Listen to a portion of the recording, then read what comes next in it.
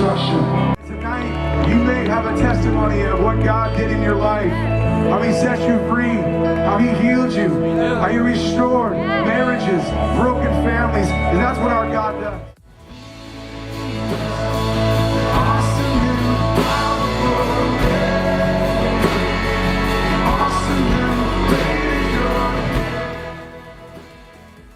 You see, religion cannot save you. There's nothing about religion that can save you. I want you to know the God of heaven.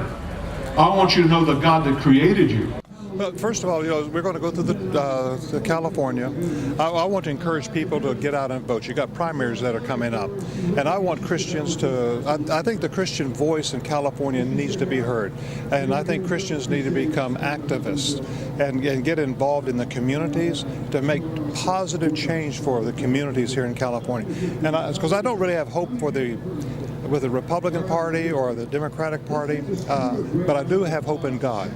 And I believe God's people, the church, can have a positive impact on this state. And then, of course, we want to preach the gospel. And I want to give an invitation. I want people to get saved. I want them to know how they can be sure that their souls are secure in the hands of Almighty God. So that's what we're doing. And so we started in Escondido and here, and then we're going all the way up through the valley and looking forward to it. And I can tell you right now, in the church here in California, if it turned out in every election and voted, you wouldn't be in the mess you are in now.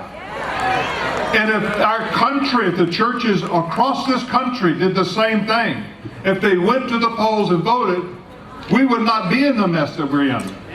But the church has been told you've got to be quiet. You can't mix religion. Who says you can't mix religion with our politics? 100 years ago, the politics of this country was run by the churches. The pastors from the pulpits were the political leaders in communities. And slowly and slowly and slowly, the government has tried to shut our mouths. And I'm saying you can't do that anymore. I've had people say, well, Franklin, pastors tell me, we'll lose our tax-exempt status. Who cares? Who cares? They're going to take it anyway. These people that call themselves progressives, or people really that are just anti-God, they want to tax the churches. So sooner or later they're going to take the tax-exempt status away, so you might as well just go ahead and speak out while you can, before they try to shut your mouth completely. But our country needs to hear the voice of the church. And so I hope that you will go and you will get involved and not only vote this coming primary, vote. Now, I hope that in the next year, some of you will pray about running for office. You say, well, Franklin, how do you do that?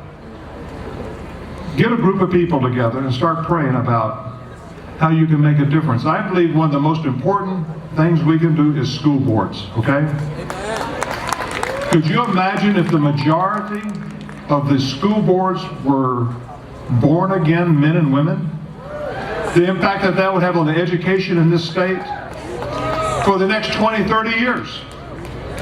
And you say, well, Franklin, we don't have time, we're busy. You think these school board people meet every day?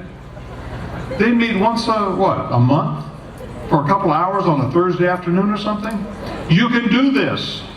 But what happens is Christians don't do this. Christians don't run, and you get these progressives, and I keep calling, they call themselves progressives, okay? That's a nice sounding word.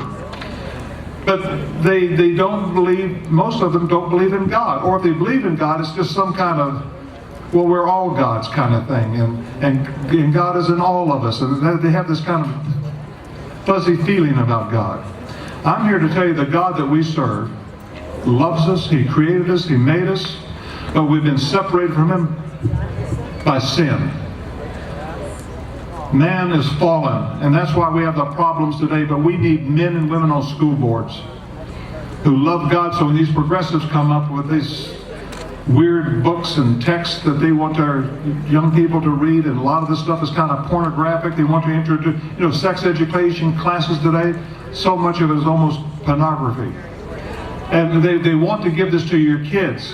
But we need Christians on the school board saying, no, we ain't doing that. And they start to argue. We need some Christians that have tough skin. So that when they argue with you, you can just stand there and smile at them. There's more of us than there is of you, and we ain't going to do it. So I would hope that you all pray, and I hope that you all go back home and you begin to pray and get a couple of pastors together, and you all start praying. Who in your churches could you put up on the school boards? And then you get behind them financially. You begin to promote them in your churches and get them elected and let's get the schools back, okay? If we get the schools back, we can get the country back.